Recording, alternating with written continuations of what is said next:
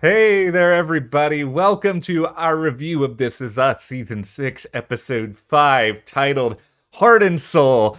Just like that piano song at the end, where when you're in elementary school, by the way, every single person who wants to show off their piano playing ability, True. that is the song. Oh, look, Coco. Oh, Coco's here, hey, baby, you me, Yeah, see, yes. Coco, Oh, very big thank fan you. of This Is Us. Very big fan. I'm a big fan of Coco. I would sure hope so at this point. No, I know we're really excited to talk about this episode. There's a lot of great stuff to dive into. I mean, first, do you guys want to hear a knock knock joke? No. Okay, okay. Oh boy. All right. Well, hit that subscribe button. You know, we're here after every This Is Us episode to break all of this down. I know there's a little bit of an Olympic hiatus that we're all going to kind of have to deal with in the midst of all of this, but we will be here after every episode with thoughts, theories, hot takes, so much more. And we just hit 58,000 subscribers. Thank you so much to everyone who's helped us reach this milestone. It's it's really cool for us to be able to come on here and talk to everybody about This Is Us or Blacklist or NCIS, all these other shows that we do cover here. So thank you for everyone who has spent some time with us. Okay, everybody, we need to have the uncomfortable talk about Kevin and his love interest, because I feel that 2 of his love interests out of the 4 are wrapped up. All right. Okay, so last season we saw Zoe show up in this sort of like a Zoom call or whatever, and it seems like she's doing really well and she's moved on with her life. I know that she's over on Power doing her thing over there, and we won't get too much into that in case you're watching over there, but I just think that her story is really wrapped up. And after watching this episode, I feel like Cassidy is his friend. Like, I think that story's wrapped up. I'm sorry, Cassidy fans. Don't come for me. I really enjoy her, but I think she was right when she kind of just said, listen, like, you're not right for me. You're not good for me. We have this darkness between us, she called it, but was like, I don't want that. I want, friendship with you. I just don't think you're right for me. And I'm glad that they did find a way to wrap it up. I know you guys are going to come for me in the comments, and Cassidy fans. It's okay. Listen, they're not together. Listen, it's the final season. If it wasn't the final season and it's like, okay, he's going to be out there building the house for Rebecca, is it possible that as time goes on, things can change? Sure. But it's the final season. There's only so many episodes this season. I just don't think they're going to cram it in there at the last minute. All of this to me kind of goes back to the first episode where we saw Cassidy and we saw these different new characters in that episode. And like one of the things that really hit home was like all of these people are meant to be important in the lives of the Pearsons. Like, I think Cassidy, regardless of if she has a romantic future with Kevin or not, I think she is very important to Kevin, and I don't think it necessarily has to be as a romantic couple. Like, I loved Cassidy in this episode. Like, I thought she was funny at times. I thought Jennifer Morrison was great with the material. I really loved the kind of the central conversation where she was just like, you ever wonder why I'm always awake when you talk to me, when you call me? It was, you get kind of that little window into some of the darkness that she faces, but she's just also, I think, so refreshingly just very realistic and very pragmatic. It's sort of like she understands what her life is. She understands what her life could be, and she doesn't want to I don't think she wants to get on this Kevin Pearson roller coaster, even if a part of her wanted to, because I think she knows that roller coaster is going to fly off the tracks at some point, and it is just going to devastate her. Even when she was just talking about it logistically, to kind of be like, your kids are on the West Coast, my kid is on the East Coast. Like, things just logistically don't work. On top of there just being more sort of problems that would come into that relationship. And I do appreciate that the Cassidy character is more pragmatic like that, to really think things out in terms of that for herself, more so than like for her and Kevin, that she's really like, this is what I need for me. And I'm sorry you're not going to be part of that romantically, but you're always going to be part of my life. And I was like, yes. Yeah. This feels right. This feels good. So we have 2 women left that are still around. We have Madison, of course. Yeah. And Sophie's still out in the ether. We know that he deleted her phone number, and that was that. But I mean, we're going to see her again before the end of the season. I feel it. I'm already going to go out on the limb here because we saw, and I know he got rid of her number. I understand all this, but there was still a big part of me when he sent that text just saying, you up. 95% of the time, if somebody is sending you a text saying you up, it typically means one very, very specific thing. And so I really thought that this was going to be Sophie. I don't know how he got the number back, but I was just like, oh no, he's texting Sophie. He's texting Sophie with this. No, I was actually worried that he decided to end up calling that booty call his co-star. And I was like, oh no, they're going to send him down this road. But instead, he ended up texting Elijah, who ended up calling him. And this was such an important moment because we saw that with Madison, they were in the bedroom watching YouTube. Okay, we know that something is building. Yeah. They're going to the zoo together with the kids. Elijah's like, hey, I should have your phone number just in case. Like, clearly I'm spending lots of time with your kids. So if something happens, I need to be able to get a hold of you as well. And all of that makes sense. But it's, for Kevin, I believe that this phone call with Elijah was his moment, that he still doesn't realize that he's in love with Madison. But this call was pure love. Pure love, calling to be like, listen, basically, if you're going to be with the mother of my children, here's something that you need to know about her. Order the smoothie. She has, this disorder that you need to be, aware of. You need to be, careful of. You need to be sympathetic of. You need to be proper. And, all these things with it, that it just felt like love, real love.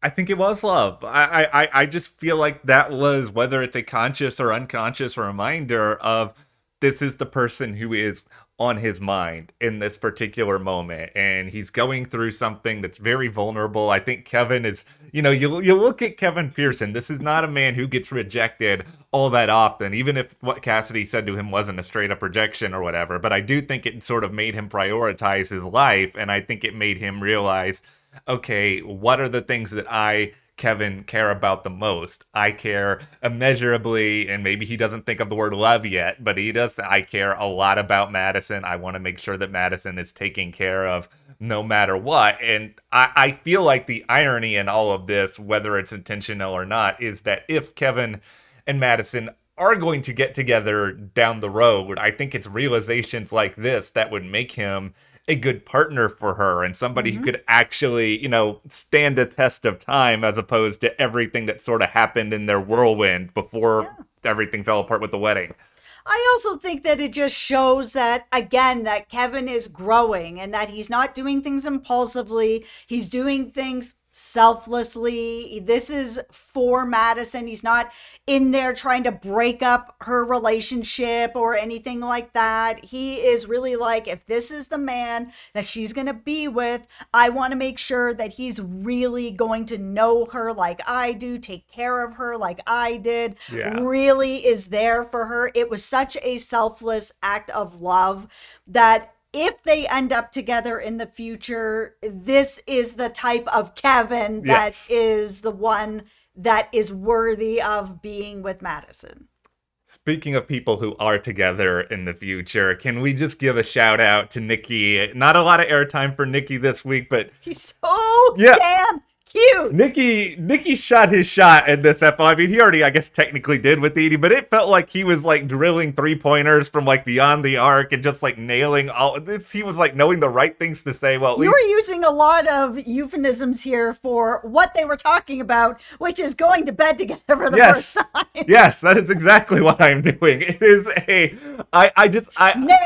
drilling. This is a family channel. Hey, you know, the dog is here. Cover your ears. Listen, cover your ears. She is old in dog years. She is old enough to be able to have these conversations. No, I love, though, Nikki's just conversation with Kevin, too, where he's just trying to figure all of this out. It is so awkward but endearing, and it's just also that he's having this conversation with his nephew. It just, again, goes to show how close this relationship truly is, and it's such a good relationship. This show is so good with those types of relationships.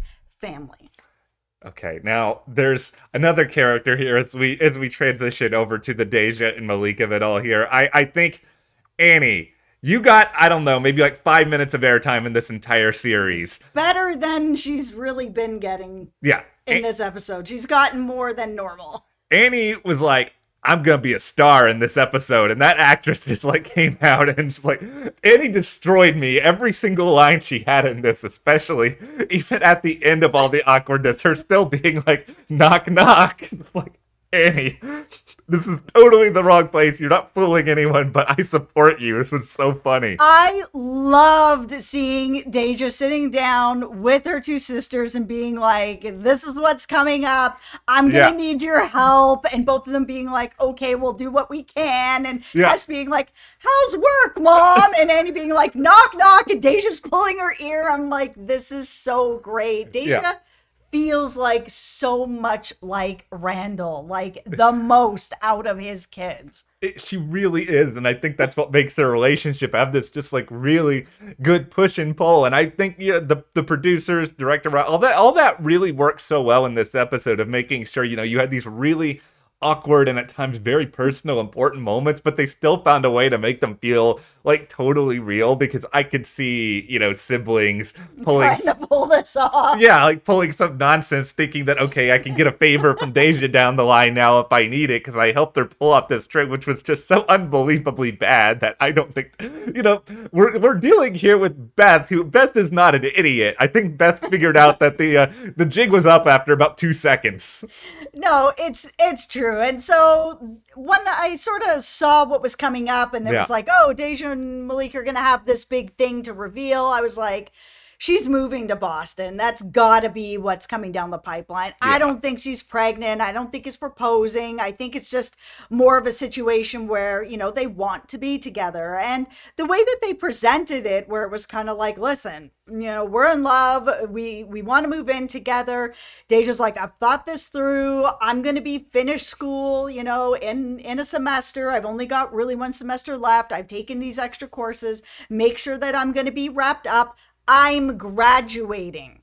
Yeah. So then I'm going to be ready to move into the next step of my life, which I want to include my partner. I want to be near Malik. There's schools out there for me to go out there. There's all kinds of stuff for her to explore up there. Yeah. Like, it was very mature. And that's why when Randall was kind of like, no, and Deja called him out, was like, listen, you have said that I have lived a lot of life, which I have. I am wise beyond my years, which I am. Yeah. I am not dropping out. I've told you my plan, and my plan is solid. Like, what is your real objection? It was, I think the behavior that Deja showed here was perfectly appropriate. I think everything made sense. Randall's whole situation here, whether he's talking to Deja or whether he was talking to Malik and basically being like, you need to break up with Deja, it was really unlikable, and I hated that Randall was doing it, but it also felt like it was totally something that Randall would do, because Randall tends to manipulate situations so that, what he thinks is best is the right outcome. Like, it's a lot about what he was trying to do with Rebecca in the past, and so I understood fully why he was doing this. I'm glad that it doesn't seem like Malik is going to listen to him, because Randall should not control his life or Deja's life, even if he thinks he's looking out for her best intentions. Yeah, he's making it seem like it's like, oh, you need to break up with her because these next few years are really formative for her and what she wants to do and whatever. Like, why does Randall think that Deja can't have a boyfriend while she's going through her formative years? She doesn't need to be single or dating lots of people or whatever. She can have a like solid, steady partner and go to school or get a job or whatever it is she wants to do with her life. She can have more than one thing in her life. And she said that she's going to. So really, this is just about what Randall wants. Randall wants what Randall wants, and he doesn't want to let go of his daughter this soon. And listen, Randall handled this like really piss poor. It's really bad.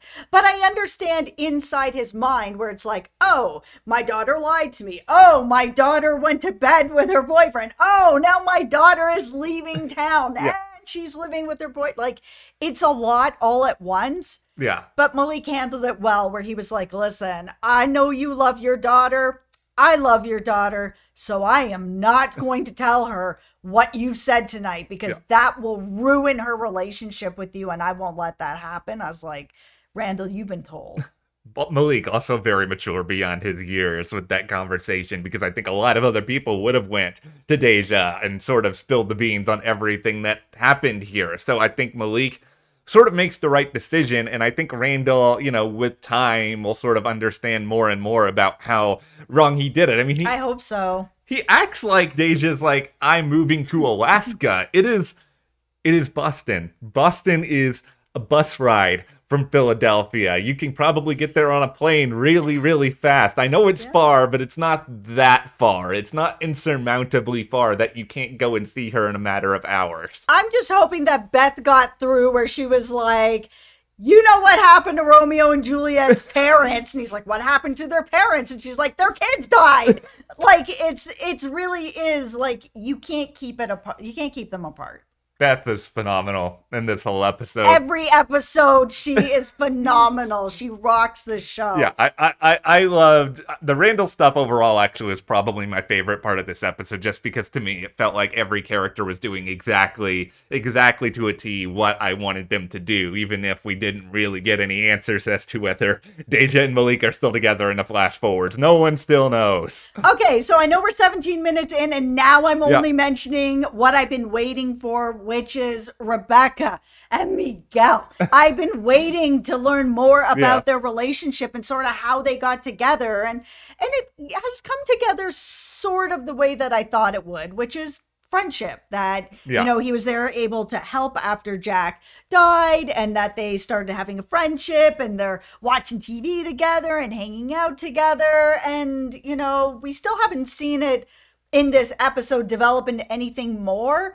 But that last scene where she ends up calling him after everything that happened with Kate, and we will talk about that. Yeah. That where she's just like, no one else understands her grief of losing Jack like Miguel does. And I think that's why that relationship works so well, is because Miguel knows now that, you know, he's her man, but at the same time, he also understands that Jack is also part of this relationship no matter what. He will always be a part of her heart, and he's okay with that. And I think he's okay with that because that's sort of how he expresses love. He cares for somebody with no matter anything that they've gone through, no matter, you know, some of the past obstacles. And he loved Jack too. And I think that makes it so much easier. And this story, I think, was really good for the two of them, though I do have to start with this. They were watching Who Wants to Be a Millionaire, and this is a show that I was on way back in the day. Yeah, you were. I was on the syndicated version. I did not meet Regis. I met Meredith Vieira, but, you know, they had this comment about, like, who uses to phone a friend on the $16,000 question? I did. How dare you? This Is Us. I wanted the 16 grand, and I was going to stop at nothing, because if I don't get that, I go down to like 1,000 or something like that. There is a big difference, so you guys can suck it for that remark. God. But okay, no, I'm done. Oh, I really did like Rebecca and Miguel in this episode. Okay, so yeah, the other thing that I really liked about just the Miguel of it all is that it really did just feel like friendship. And I know that he made the comment about her where she was like, oh, is the lipstick too much? No, you look beautiful. Like, obviously, there's a little bit of some attraction there. There's a friendship foundation there. Yeah. But when that guy, Matt, ended up asking her out at the speed dating, which was so funny, that speed dating, oh my goodness, her going to each table and be like, I'm a widow. Yeah. I have 3 kids and they're all the same age. I was like, oh, this is going so bad. Yeah. But there was that moment where Matt asked her out and she said yes. And you saw Miguel sitting there too. And there was nothing but happiness and love for her in that moment where he was like, yeah, good for you. You get that date. So I was pretty happy about that. I think he just wanted her to be happy. And I think, probably later on he sort of realizes I want her to be happy with me. But I think right now he's just sort of in this place of I've seen her suffer. I've seen her struggle. If this gets her to the other side, that's wonderful. Okay, so now that we're 20 minutes in, if anybody's watching, we're getting to the stuff that I didn't like. And the thing that I didn't like was Rebecca hitting Kate. And I understand that when people are in grief or, you have a teenager who's, mouthing off, which anyone who's had a teenager has a teenager who's mouthing off, and you're mouthing off during a grief like this where, Kate said some things that I will not repeat here, but they were horrible. There has been no real sort of lead up to an idea that Rebecca would ever hit her kid in the face for anything. So I had a really hard time believing that Rebecca did this. Could I see her yelling at her, maybe even calling her a name, telling her to go to her room? I could even see her like hitting a vase off a table away from her, but striking her kid, I just don't see it. I don't believe it. And then we had afterwards, she's on the phone with Miguel, and then you've got Kate listening in. That Kate then after comes out is like putting her head on her mom's shoulder. I'm like, your mom just hit you in the face, and you're an unruly teenager who just said some vile things, and you say vile things all the time. I just don't believe also that Kate would be like, yeah, okay, I guess I deserve that slap. Let me come out and like be with my mom. Like the whole thing just didn't feel real to me. I had a lot of problems with it, and it's just ultimately, some of this just goes beyond This Is Us, and one of my least favorite sort of tropes on TV is when something really bad or terrible happens and a character either does, slap someone, hit someone, like destroy, like knock all the papers off the desk. We've seen that on like 200 different detective shows, and it's like, somebody's got to clean all that up. Oh, right. Nobody has to clean up a slap. No, but it's just like, I don't ever believe any of this because it is just like, who does this stuff? And I know that there are people who do this sort of thing in real life with, unfortunately with their children, but I don't think that Rebecca is that person. I think what would have worked is if Rebecca said something to the effect of, I don't want to be around you. I don't need you in my line of sight. I need you to go away, leave me alone. Something that really, really shakes Kate, where it's something that she hasn't exactly felt before. And I think eventually she could come back and apologize to her mom from some of that. But I don't know if it would be that day. It may be the next day. Sometimes when you are an unruly teenager, you really have to let things sort of simmer down before you realize, okay, what am I holding on to here? Yeah, it was so out of character for Rebecca, even with what Kate said, because Kate has said some awful things throughout her teenage years that we have seen throughout the show, and she has never been getting slapped around. No. And I understand that this was her saying these things that were triggering a grief, talking about Jack, that Jack wouldn't approve.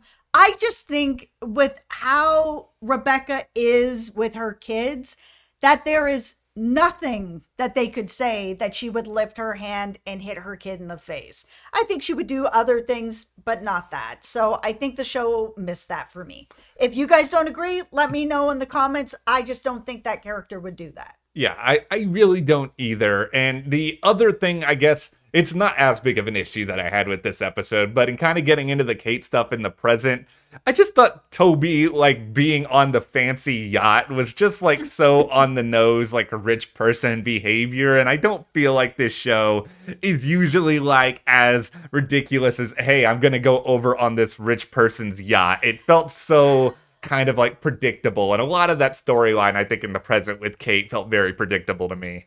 Yeah, that's the thing. I mean, I said this in, a couple videos ago about the idea that Toby is really digging into this job. And Yeah. I had thought that, yeah, he had a hard time finding a job. He found this job, that this job was going to be the job until he found a job closer to home. He's missing his family, allegedly, and he wants to be home.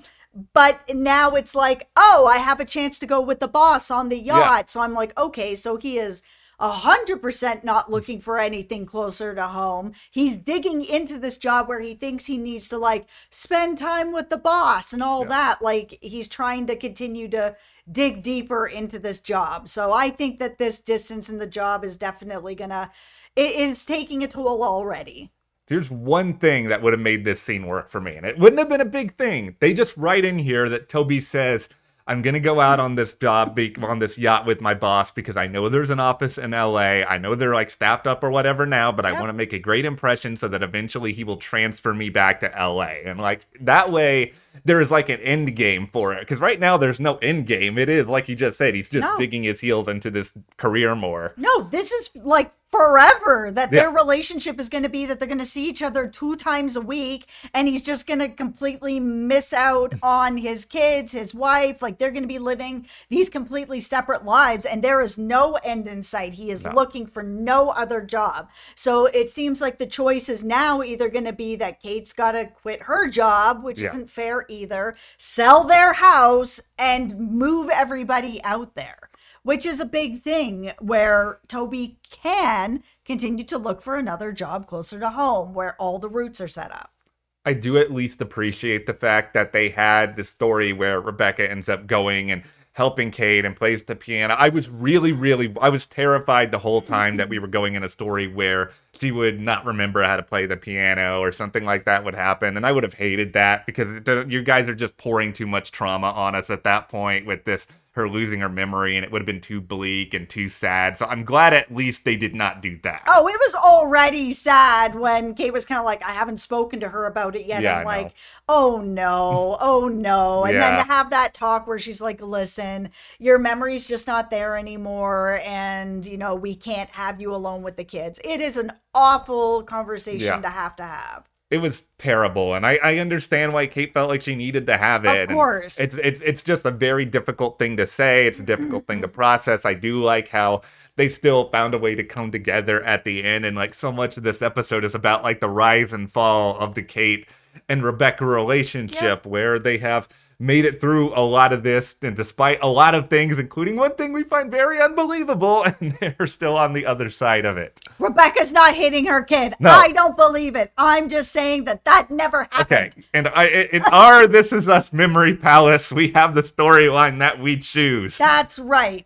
All right, well, thank you guys for hanging out with us, watching this video, and hit that subscribe button. Thank you to everyone, like Jess said earlier, for getting us to that milestone, and we will see you here next time.